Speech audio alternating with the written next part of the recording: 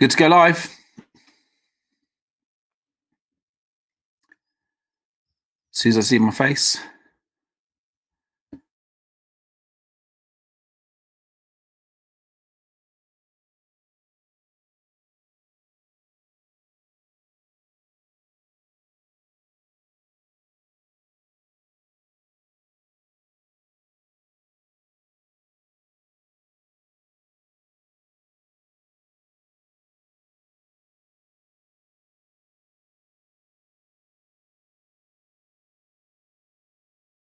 Agencyphonics. I'm here with Peter Hall today, and our special guest is Brant McNaughton from ecce. And before we start, though, episode 19, we've pretty much gone through the whole COVID period now by getting into the swing of things. We've got more episodes coming out. My introductions have got shorter. I've just been starting straight into the show now and getting straight to questions. But I did want to just have a special thank you to Simon Green again for being our producer today and helping us make all of these shows happen. He's put a lot of time and a lot of effort, and him and the team at Wirehive have been superb and helping me get all my tech working really well. So thank you very much. So let's get straight into the show. Good morning. Oh, we're technically afternoon now, 12:15. Good to see you, Brant. Good to see you, Pete. Hey, Brant, where in the world are you? Just outside Sevenoaks in sunny Kent. Well, not so sunny Kent today. And your accent, where are your roots? Where are your roots from, Brant? Originally from New Zealand, so I was actually in New Zealand when lockdown happened. But yeah, originally from the bottom of the South Island. So been away from home longer than I ever lived there, but it's still home. Really? Do you miss it? Yeah, of course I do. Yeah, decent fish and Why chips are you and a proper rugby team.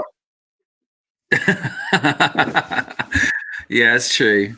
Is it? Do most people from the area, that South Pacific area? Do you? What do you call it? Australasia, that whole area. Is it really just come down to the opportunities that are in more European or not? What that keeps you here? Can you not go back and run your agency from there? That's my question. Well, that's certainly crossed my mind these recent few months. I think. I mean, everyone growing up has the big OE, big overseas expedition or experience or whatever we do. We all wander off, and some people go away for a couple of years, and some people go away and never come back. And I was just one of those, really. Yeah. But yeah, I think I could run the agency. I've got a lot of clients down there. Do you think ultimately you'll go back and retire there one day, or? Never going to retire, Spencer. It's a curse being an entrepreneur. Probably. Yeah, probably. So tell us about your story. How did I mean, you've got an interesting background because you spent like the first 10 years of your career actually doing something completely irrelevant to anything technical or creative or anything, right? So how did life start out for you? Yeah, well, when I left school, I was either university or get a job, and I didn't want to go to university because I didn't know what I wanted to do. So I went off and joined the bank, became a bank teller, and then went to Wellington and went into treasury. And I thought treasury was like counting up notes and putting them in bundles of 10 and doing lots of stuff. But treasury ended up being financial services, financial markets, and all that sort of stuff, really. And so eventually I moved through to the trading room, and I was a short-dated Kiwi trader for about a year, and then moved to Australia as a money broker. And I was in Sydney for 4 years doing forward currencies, and then had a little stint off when things got bad in the early 90s. Sold Christmas tree lights for about a week before Christmas. That was really successful. And then went to Hong Kong. So I had about just under 18 months in Hong Kong. That was in the early 90s, so it was pre-97.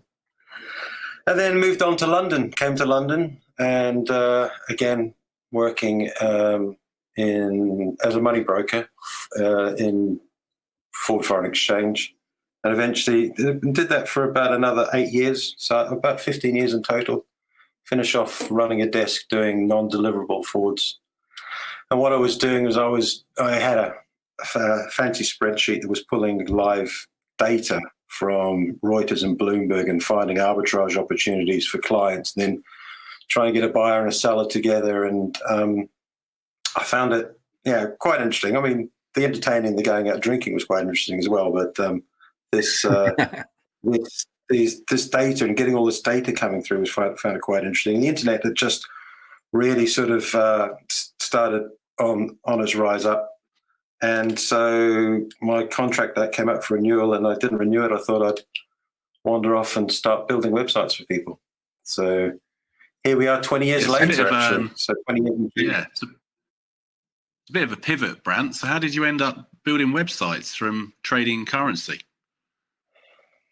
Well, I mean, the data side of things, and we were always around computers. We had Reuters machines where you could sort of live chat with other brokers and other traders and get prices, and we're updating screens. So it was sort of, technology was there. It was becoming more and more interesting and faster, and I fell in love with that sort of things, really. I mean, I've always played with computers growing up. I built a Latin dictionary at high school on an Apple IIe. So I've always been interested in that sort of tech and that sort of thing. And so I guess it was a natural progression. I'd sort of done my time, 15 years in the city. If I'd stayed there any longer, I'd be there forever. I'd have dropped dead or something. So I thought it was time to get out. So what was your favourite city you've ever been? Because you worked in Hong Kong, Sydney was that as well? Obviously in New Zealand. Where has been the sort of the best place you've ever lived? I think they've all got great places. They've all got great points. I mean, I love Sydney, and I whenever I go back to New Zealand, I'll pop into Sydney. I was on the beach in the end of February this year, and it was 37 degrees on Bondi Beach. But I mean, the North Bondi RSL is just there. So you can pop in for a cool down or a cooling beer anyway. But Hong Kong I liked because it was just frenetic. London is. I think everyone aspires to get to London as a Kiwi. I mean, you go back and see where it all sort of happened, where you all originally came from. But I spent a month or two here in New York and a month or two in Singapore. Yeah, well, I mean, I love the Southeast Asia anyway, and the food's always better in Singapore. Yeah. Okay. Good. So how did you? So tell us about the agency beginnings then. So you're a bit of closet techie, and you've now decided you're going to build a website development company. How did you get started? Well, my wife I met her in the city as well, and she worked for a steel fabricator firm, and they were building. They needed to get prices on big amounts of steel. And she was spending days and days on the phone to various stockholders. And I thought, well, wouldn't it be good if they just put an order somewhere and it would send an email out to everyone, and they'd just respond back with the prices. And you could sort of do it very much like what we're doing in the city, sort of coding a little trading platform. You'd send out requests for prices, and people would come prices back. But the problem was that people were checking their emails once a week rather than in real time. So it didn't really work. But I sort of got into that. And I found the whole sort of problem solving, coming up with a solution, problem solving, building the solution interesting. And our initial websites were small sort of brochure websites, and there was a couple of recruitment websites, and then it just grew from there as I learned. I mean, I was hosting it on a machine on my desk, for example. I didn't use a hosting company. And so as it grew, the websites got more and more complex, and I just sort of loved trying to figure stuff out. Nice. And what was the transition? Because now today you're kind of a bit of an e-commerce specialist. So how did that all begin? I think we built the first e-commerce website in 2002, and then more and more, we built more and more websites. I built a website for a guy who was doing printing, and then set up a Canadian version and ran that myself, selling printed canvas from here.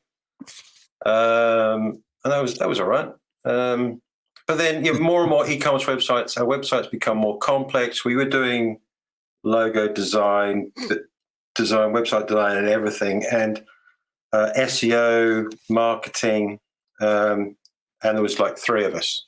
So it was just ridiculous. We couldn't keep on top of everything. So we eventually just stick to what we're good at, and we build e-commerce websites. So we partner with a lot of other agencies, or we work with clients direct. We will do some design. We will outsource some design. But what we're really good at is the e-commerce, building the e-commerce engine, connecting it up to the various bits and pieces what they need to connect to, whether it's an ERP system or a CRM system, and bringing it all together in one place. So yeah, that's what we do. I can see that being quite important right now. Sorry, Pete. Sure. I was going to say, when you say we, Brant, you said there's 3 of you. How did you get the first employee on board? What was the trigger? I wanted to go on holiday. I hadn't had a holiday for quite a few years, so I advertised for someone, and this is 15 years ago. And I was at the porter cabin at one of my the office at the client's place, the printer, and this young guy turned up, and he was straight from college. He was working part-time at a computer repair shop, but his attendance record, he had 100% attendance at school. Never missed a day in all the schooling. So he turned up, and this porter cabin was tiny, and gave him a desk over in the corner. I actually employed a designer at the same time, and the designer lasted 2 weeks, and Carl's been with us for 15 years. So he wow, still with you. Said, right, so this is the website I built. This is how it works. Look after it. I'll see you in a month's time. I'm off to New Zealand. So, and he's still there. Brilliant. Still there. Okay. Wow. And when you came back from New Zealand, all was okay, was it? Mm-hmm. Yep. It was all pretty good. So, so I tried to get to New Zealand every 18 months or so. But now, I mean, I was on the phone to him constantly going, "You're right, or you're right, everything okay." But now, I've got a great team of guys who work for me, and they're pretty much self-sufficient. So, in terms of doing the work, they're a good bunch of guys. I'm really, really, really chuffed with them. Cool. Well, they're all listening now, so that's good to hear. Okay. Good. Yeah, it's your opportunity to say some nice things about them. I always say nice things about them, Spencer. So you got some interesting things in your culture as well that you do, haven't you? Yeah, I think. We've got a really nice studio just outside Sevenoaks, which we converted about 6 years ago. We all sit down around one big desk, which like we did in the city. Everyone's on the same desk. No one's stuck in a little room here or a little room there. So there's a lot of opportunity to sit beside and talk to each other rather than having to leave your desk. But once a month we have a hack day, which we call 5% Friday, and we had one just this week gone, where they do non-client work. It's based on the Google 20%. So they do non-client work, and they were looking at all sorts of stuff this week. They're looking at Python. Yeah, I don't know what they're looking at. But even remotely, we have this catch up, and so when everyone demonstrates everyone showcases what they were doing, and it's important. And not this week, but the month before. Normally on a Friday, we don't put anything live on a Friday. So we normally have a barbecue on a Friday afternoon in the car park, a few beers. It's a good chance to sort of decompress, talk about what went right that week, what went wrong that week. Clients are invited, other partner agencies. So sometimes there's a dozen people in the car park having a few beers. But yeah, I think it's important. So not last Friday, the last 5% Friday before, I managed to get them all pizzas and delivered, and we sort of had a remote barbecue. Yeah, I mean, I think it's important that we sort of get to do something socially outside work without encroaching on their own time as well. Yeah, and do you find it easy to get talent where you are, because you're sort of based in the home counties outside of London?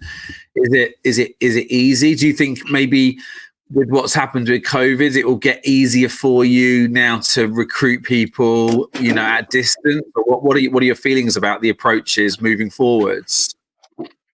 Well, I've always sort of it's not that I don't trust the guys. I've always shied away from remote working. We've advertised for a lot of staff in the past and get a lot of applicants who want to work remotely, which is not something because I want them to be involved in the culture and sort of fit in with the team. It's not really something I ever sort of contemplated, but I think working remotely now, I don't think we'll go 100% remote, but I think it'll be a mixture of the both.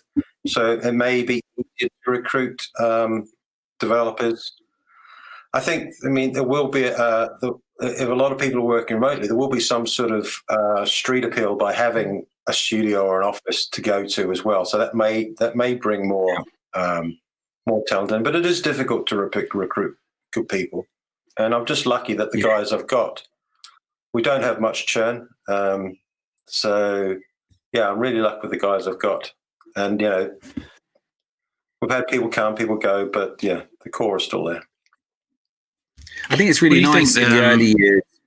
Oh, sorry, Pete and I are overlaying because we've got a slight lag. Go on, Pete. I'm just laughing because I got the same lag thing that I had before. I must be about 4 hours behind. But anyway, you've had good staff retention. What do you think the key to that has been? I think fabulous leadership for a start. I also think giving them challenging projects. I mean, our projects aren't we're not churning. It's not the same job day in, day out. We come up with projects that require a little bit more grey matter, a little bit like maybe an alternative approach to solving the problem.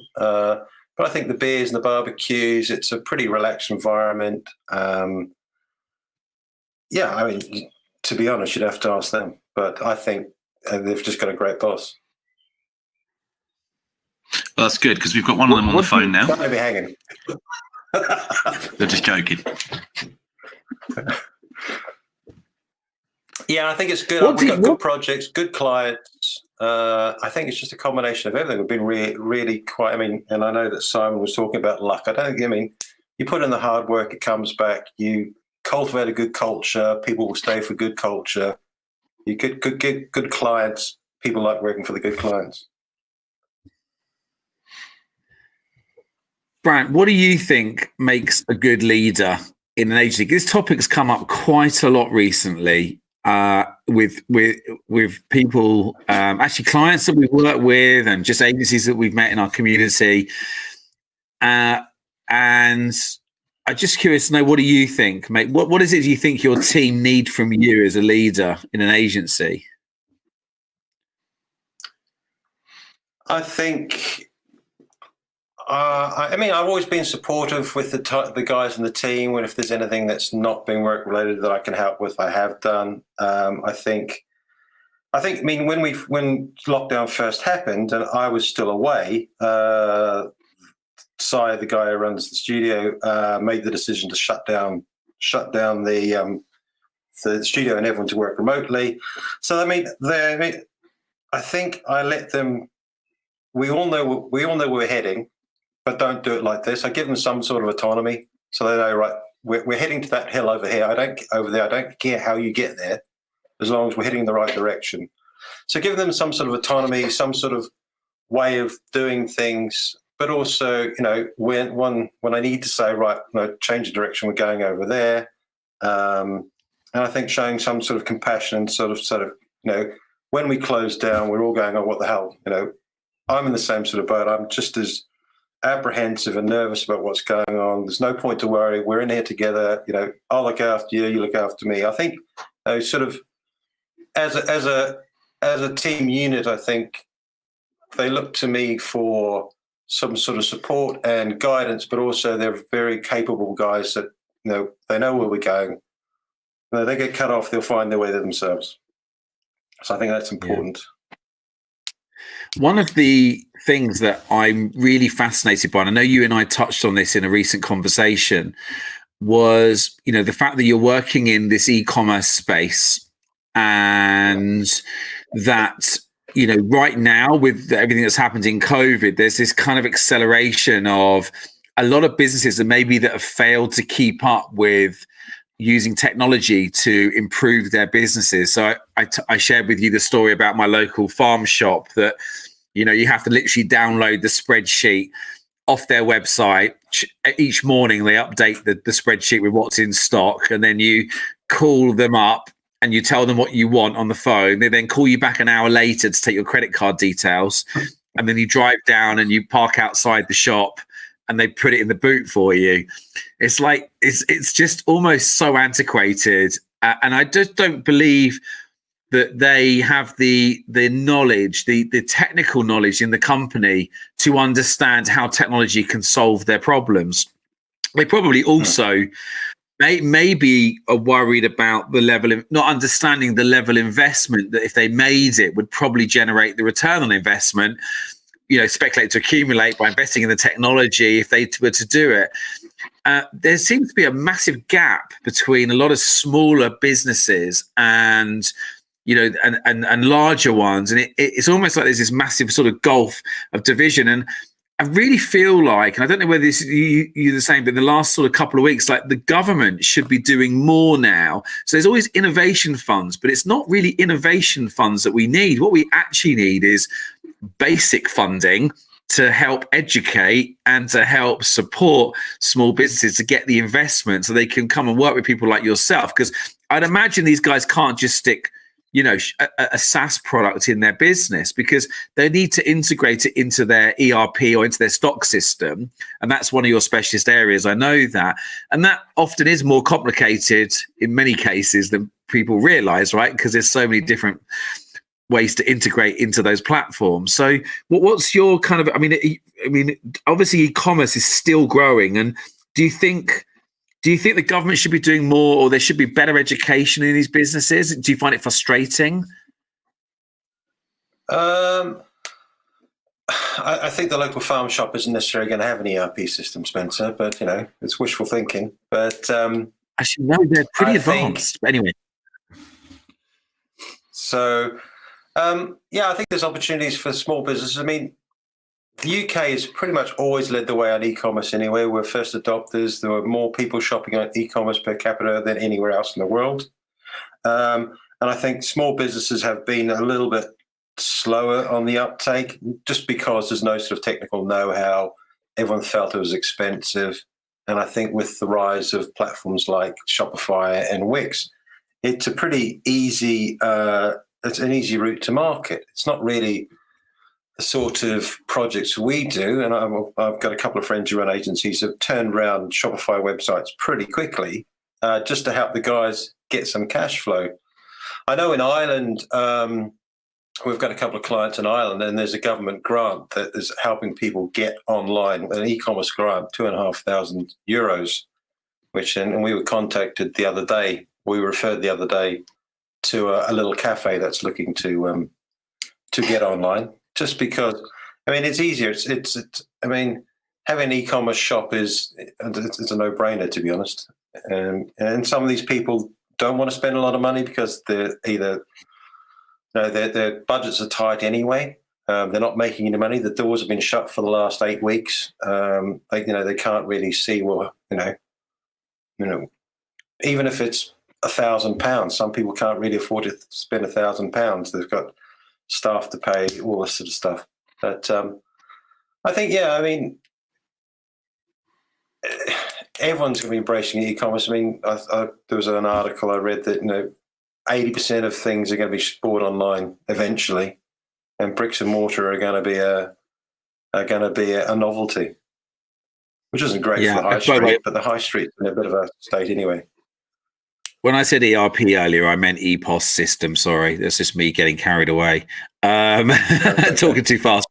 But yeah, I know it's the EPOS integration. But yeah, we're seeing like restaurants. Pete, you were telling me about your local pub now that's doing like delivering groceries, right? Yeah, they had a real pivot there, and obviously some of the pubs have decided that they're going to try and do takeaway food. But this particular, which this pub is now doing, but before that, for some reason, they decided that they were going to try doing grocery delivery. So they've got all of their suppliers set up with obviously their fruit and their veg, the meats, fish, that kind of thing. And they've now pivoted to, there's a little online ordering system, and they go out and deliver that to people in the local community. I think that was a really, really smart idea. I agree. Yeah, I don't know if they've made any money, but.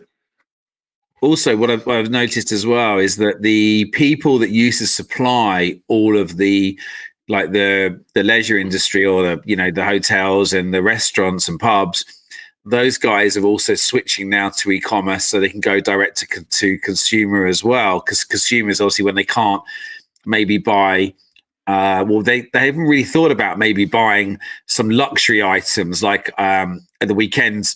Last week, we went and bought some sort of food that we wouldn't normally necessarily get easily in our local supermarkets. You probably would in London in a deli, but actually we were able to go online and order very, niche produce that maybe high quality produce that you'd only get, normally in a restaurant. So I think it's changing the dynamic in many ways of e-commerce, and the whole direct to consumer has probably opened up in a whole new area because of COVID. Have you seen much of that, Brant? Have you seen much change through this period around e-commerce? Obviously, it's been a massive increase.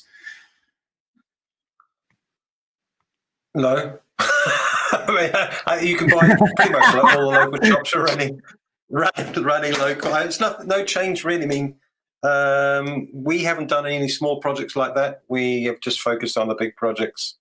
A lot of our projects have been sort of kicked down the road a little bit as their teams have been furloughed. But the big e-commerce projects we're working on are still continuing. But yeah, I think it's great. The little local vineyards selling pizzas online. You can buy wine. The farm shop round the corner. Free delivery over £100, so you spend £100 even though it's 2 miles down the road. Yeah. But in your world, I don't know. There's something. Go on, Pete. I was just going to say, I think there's still something quite exciting. I think sometimes about something new, waiting for the delivery to turn up. I appreciate it's 2 miles down the road, but probably still quite nice to have someone drop it round, right? So there's still an element of that I think happening. Even though before it was kind of a necessity because we were in kind of strict lockdown, but now it's a bit like, well, do you know what? I actually quite like having this stuff delivered and not having to go out, and I think there could be more demand for it. I agree, yeah. And the stuff that, if it's coming from a local farm shop, it's nicely packed, it's nicely branded. It's real. It is sort of, it was almost a luxury delivery. You get it every couple of weeks, and it is worth waiting for. And I think it's worth paying that £3.95 delivery fee. So, Brant, what have you learned about new business then since you've been running your agency? How have your leads typically come in? And didn't you have some kind of crazy story around a £200 opportunity once that turned into a pretty big one?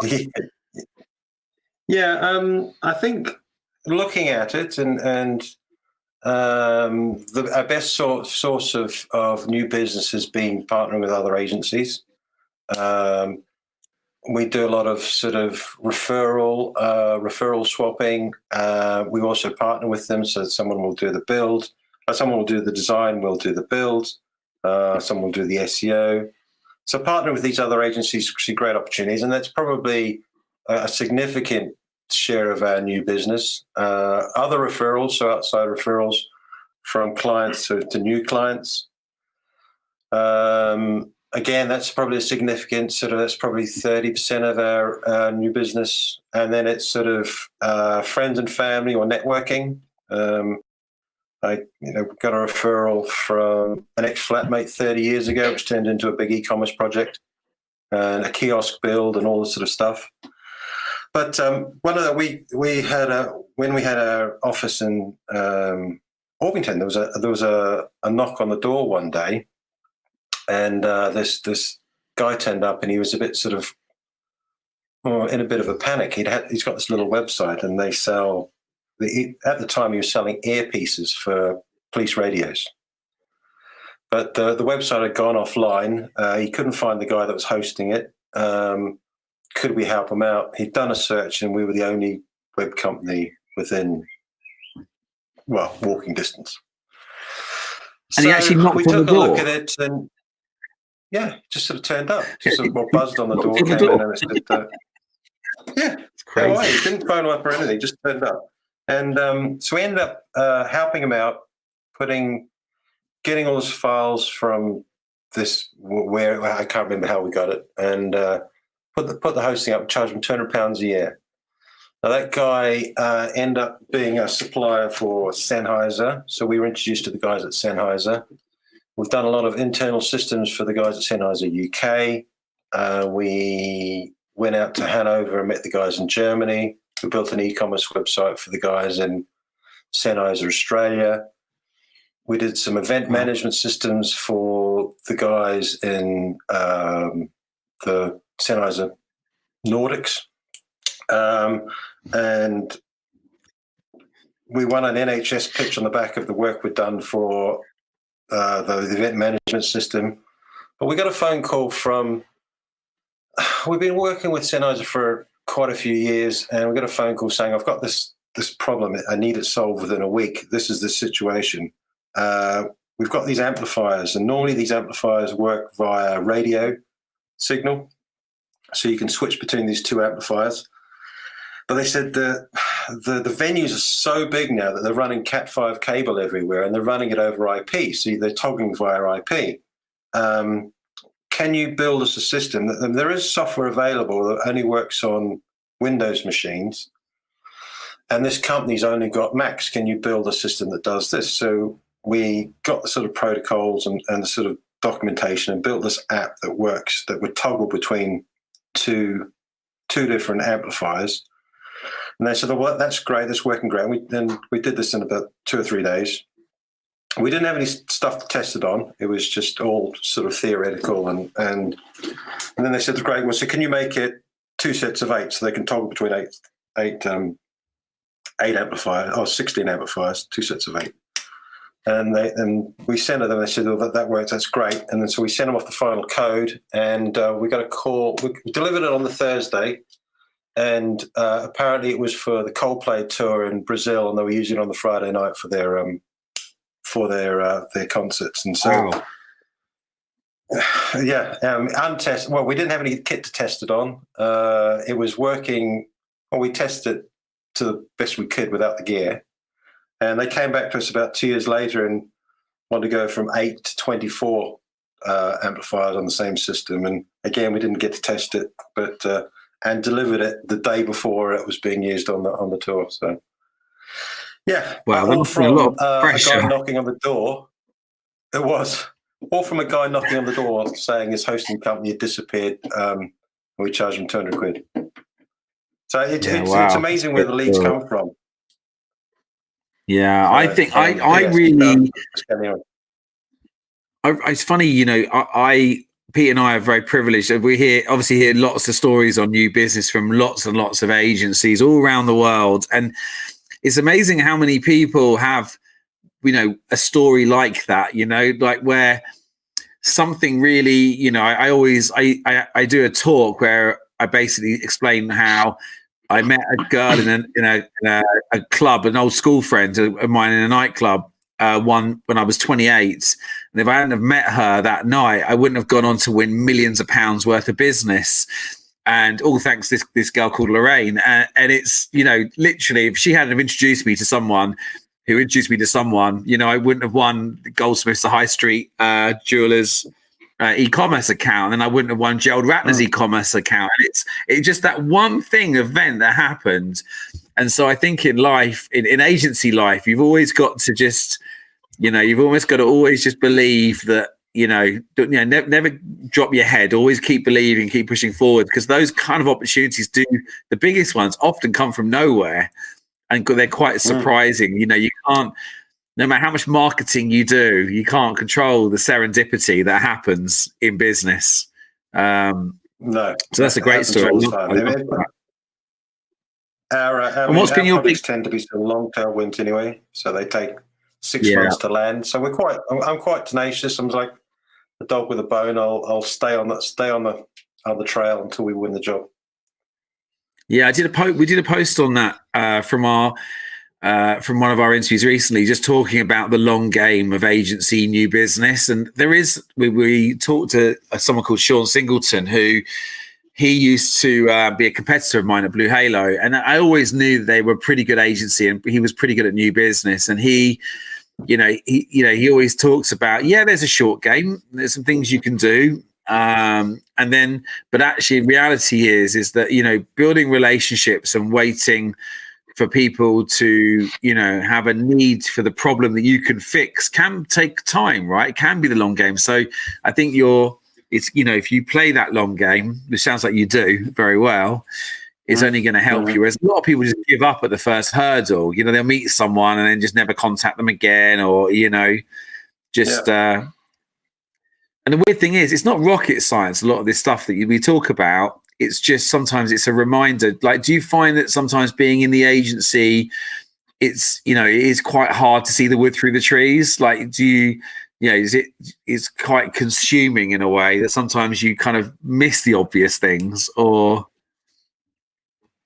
Yeah, I think so. And so more recently with the team I've got, that I can sort of take some time out and spend a day a week working, looking at outside the forest, looking back in again, rather than being stuck amongst it. I think it's important to sort of have a look. I mean, it's the same with the clients we have. The clients will come to us with a problem, and we can see it's obvious, right? That, they're in the thick of it. They can't see the wood for the trees. And so we sort of, and every once in a while, you need to sort of turn that on yourself and say, right, well, what is the problem?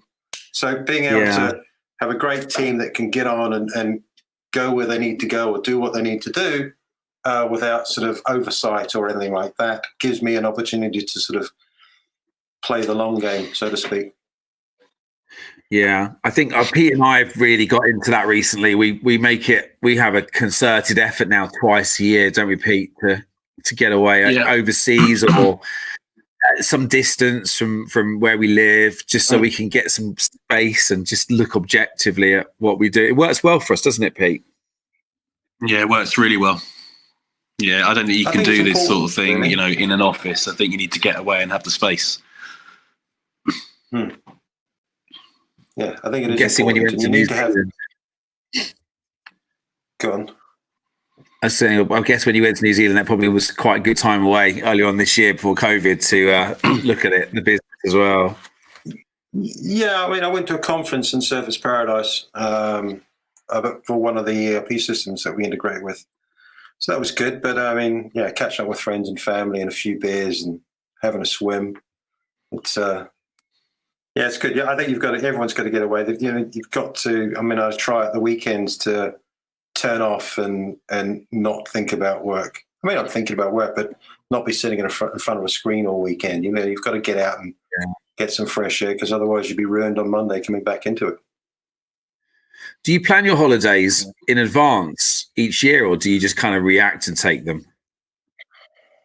I think if I'm going to, New Zealand's a bit of I think generally it's over Christmas. It's just after Christmas because it's the longer break. The weather's better. I tend to sort of Yeah, probably 2 weeks. to think about it for 2 weeks to go. Yeah, because I'd say that be able to do that.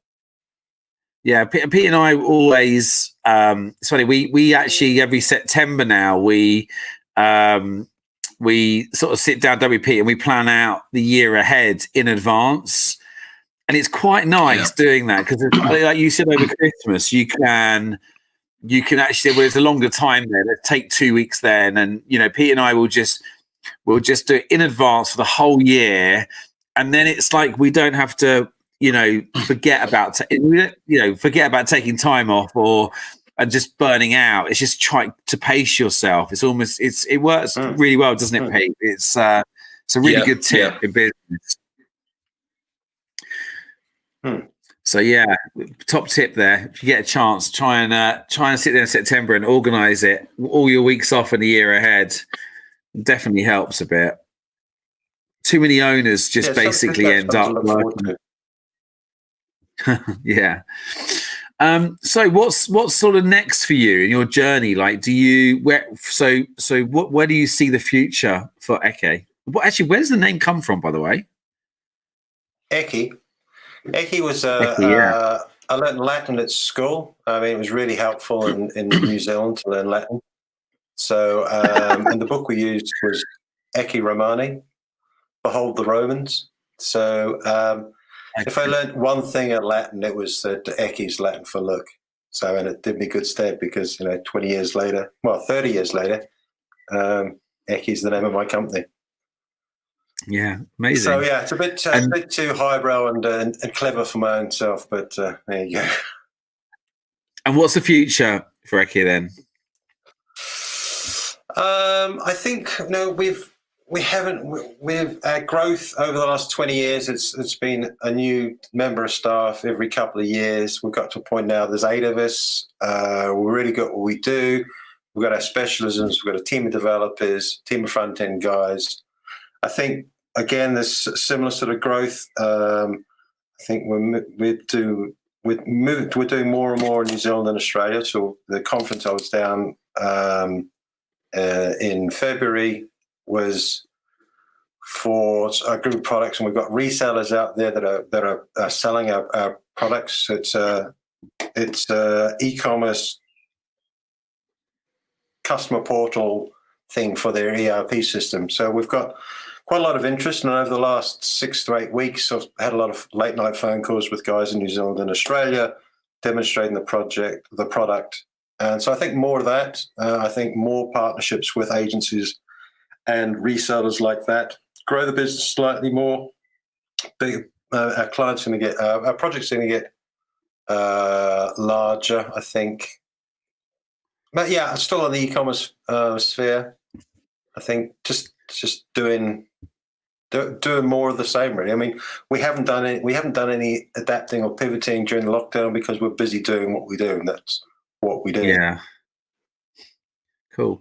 And so when you're not working on your agency, what do you do? What do you do in your spare time? Well, I swim.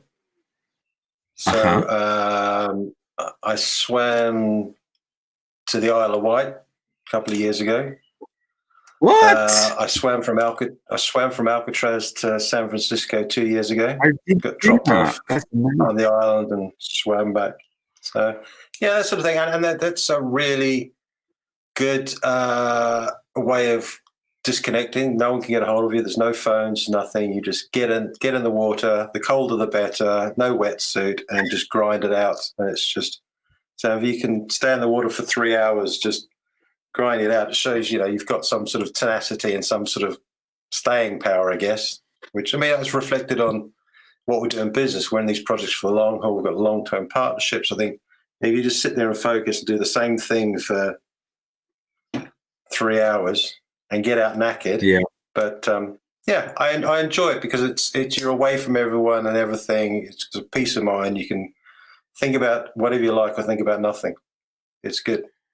I think that's a really good example there of when I think about a lot of people who work in senior roles. They are they'll do Ironmans, or they'll do extreme running or extreme swimming. And I think what you just said there is actually a really, really good point. When I think about it, it's that staying power, it's that mental discipline to be able to do something, over a long period. Because not most of them aren't trying to break records. It's more of an achievement. Rather than, maybe a competition thing. There is always some people who are quite competitive, but actually that's quite interesting. And I think there definitely is some connection there. Don't you think, Pete, with the amount of people we meet that kind of do extreme, events, running businesses? Yeah, it's fairly common. Yeah. I mean, even for us. Yeah. Did you hear what we did last year, Brant? No, go on. So Pete decided he wanted to run from his house in Hampshire down to the pool. And he said, I'm going to run. And it was 100K. And I was like, what, by yourself? And he was like, yeah. And I went, well, you can't do that. I'll come with you. And I didn't really realize what I was saying at the time, because I'd only run about 12 miles before then. Whereas Pete runs, believe it or not, half marathons every other weekend and marathons. And so, believe it or not. we went. And so, sorry, Pete, did I make that sound really bad? No, it was like, because I think when people, I always say that to people, I've been running a marathon the weekend, they look at me and just laugh like I'm making it up. So it's very true. People say, believe it or not. All you got to do, Pete, is get a running cap like this and wear it all day long, and then people think you're a runner. Absolutely. Or wear a couple of my medals on these types of calls. Yeah, you definitely should start wearing medals on these calls. So, but it's interesting. And I would say that Pete and I say that a lot of that resilience that you get through doing long challenges, it does correlate with our approach in work as well. Like we always play a long game. We always have to, endure sometimes quite, difficult mental periods where we've got to drive through things. So I think there is actually something in that I never really thought about it before, Brant. It's quite an interesting observation. No, but I had a friend who totally did agree. Sorry, Pete. I was going to say, I totally agree with you on that point. I think since I've been doing kind of distance running, it's helped me cope with the pressures of work a lot more. I don't know. It's just something Brant said then about, grinding it out. I mean, that for me, that's what a marathon's like. You just grind out the miles. And then when you've done it, you think, wow, I did that. And it's, it's quite inspiring, really. It's also I listened to went to a business networking event a while back, and it's type 2 fun. So there's fun, you're having fun, right? And there's type 2 fun, which is when you're grinding out the miles and you're thinking this is torturous. And you look back and go, well, that was quite fun. That was type 2 fun. It's not fun while you're in it. Yeah. You look back at a sense of achievement, and sometimes works like that as well. You think you're in it. It's a hard job, but you deliver something that's really good, and you look back and go, that was really worth what we delivered. But when you're in it, it sometimes can be a bit of a slog. Yeah. I think that's very true, actually. When I look back at Blue Halo, Pete and I would always talk about it often with rose-tinted glasses and, look back quite proud of the journey. But actually, when you're in it, it's a different story. When you're on the verge of running out of cash every 5 minutes and you're, trying to win business to stay alive. It was... It's funny, as Brant said, the type 2 fun thing, because you look at that and you look back and you go, oh yeah, rose tinted glasses. But when you look back, it was actually quite difficult at the time. But you've got to get in it, right? So you mean you're stuck in the middle of, you can't see say you're in a big swim and you're in the middle of nowhere. You've just got to crack on. I mean, you can't give up. You've got to get to the other side or whatever. You're in it. Yeah. So it breeds a bit of self-reliance. Have you ever won business? Have you ever won any business through swimming contacts? Yes, we built a website for Outdoor Swimmer magazine. The guys there were at an event that I did one February. It was bitterly cold in Bournemouth. It was an ocean swim. the waves were like 10 stories tall or something ridiculous like that. And we were sort of out there swimming in the chop. And met a couple of guys there. Just through I realized they were there because I was following them on Twitter, met up with them. They needed a website to support their new print magazine. We built that, and an ongoing relationship with them. Good bunch of guys. So yeah, I mean, that's I think I haven't won a lot of work that way. Yeah.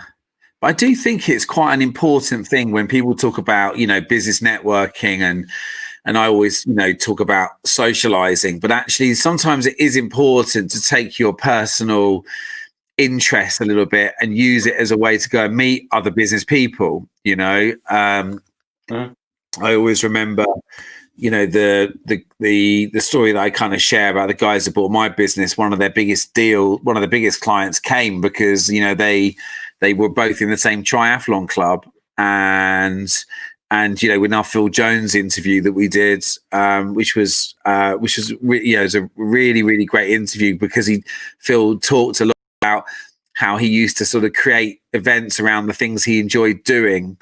And then he made really great friends, and those friends led to, opportunities, but nothing was ever planned, but it was just, enjoying a way to meet more business people, and actually in the end, more leads would come from it.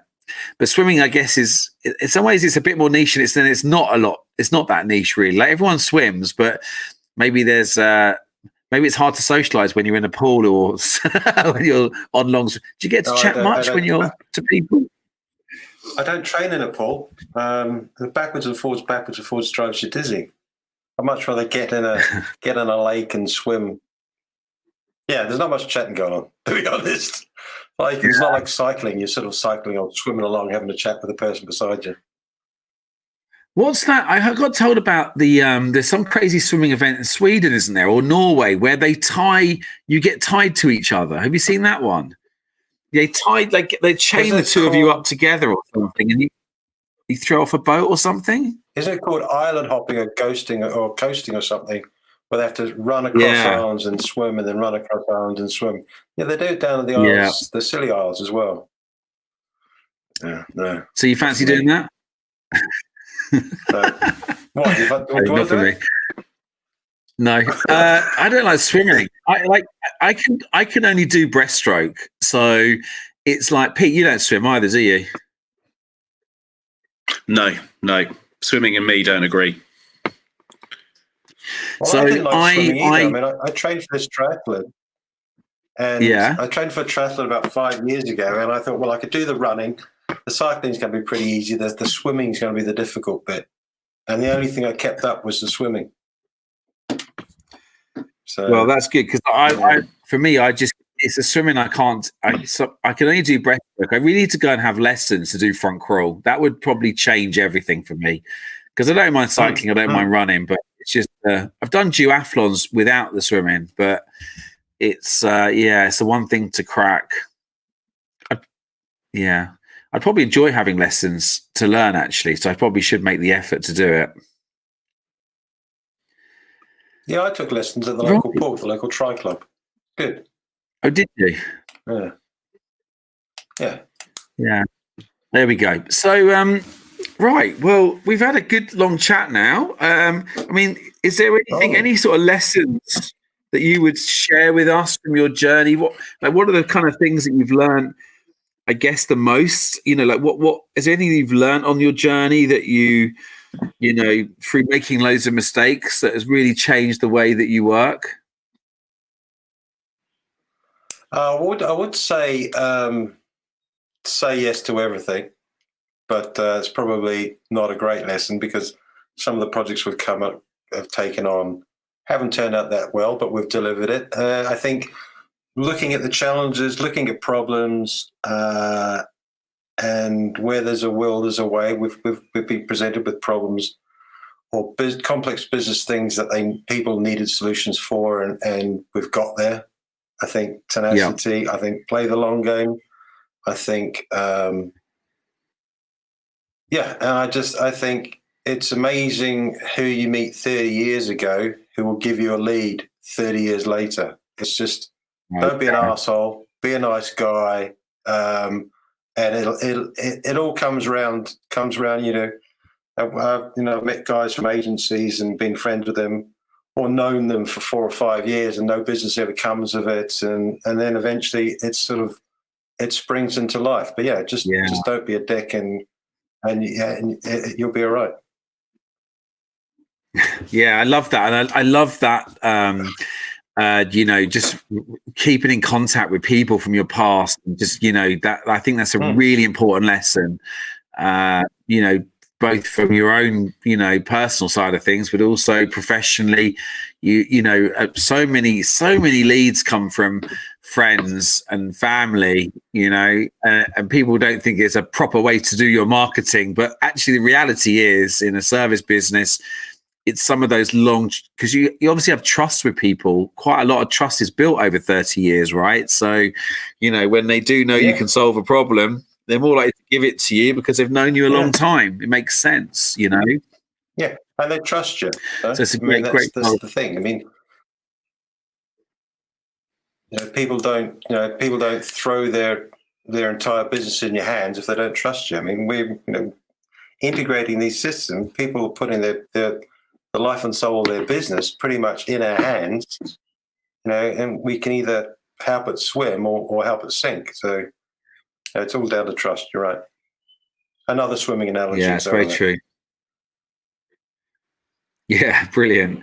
So there's so many sports analogies with business. It's unbelievable. There's always, there's so many ones that are used on a regular basis, and there is a lot of correlation, which is kind of why you always see a lot of sports people doing business talks and things like that later on, because I think the whole team side of it, especially having a great team and then kind of organizing them in the right the right positions and things like that. There's so many good correlations. So thank you. I know we've had a little bit of lag today. We've also had me with hay fever, which is not helping me, sniveling away here. But thank you for your time, Brant. It's been fascinating listening to you talk today. I've taken a few things away. I think, as always, there's always a few lessons when you listen. I think you're dead right about, sometimes taking on these kind of maybe sometimes challenges in life to kind of help you almost build your resilience and make you more sort of more resistant, and kind of almost make you someone who's a little bit more driven to succeed or to complete things. And I think that's a fantastic example there with the more extreme sports, something I've seen a lot. I also like the whole thing about keeping in touch with people for 30 years or more. Like, just don't rule out sometimes the people you've known for school friends, and who actually still could be opportunities and prospects for you in the future. So I think that's fantastic. So I wish you all the best with the next few months. Oh, here we go. Paul Hackett, good day, guys. I've been lucky enough to work in New Zealand for a while. It's a real pleasure to hear Brant's transparency and straightforward. So typical New Zealanders. Actually, do you know, it's so true. Do you know my first ever employee, Brant, was actually a Kiwi. He was the first person into well, we were called K2 Consulting before Blue Halo. And I agree with that. There's a certain the cultural differences are really obvious in a nice way. You're much more laid back. Yeah, well, I think so. So thanks ever so much. Hope everyone's enjoyed this episode. Thank you. And we'll catch up soon, everybody. Thanks ever so much. Thanks for having me. Cheers, guys. Bye. No worries. Bye. See you soon. Cheers, mate. Bye. This is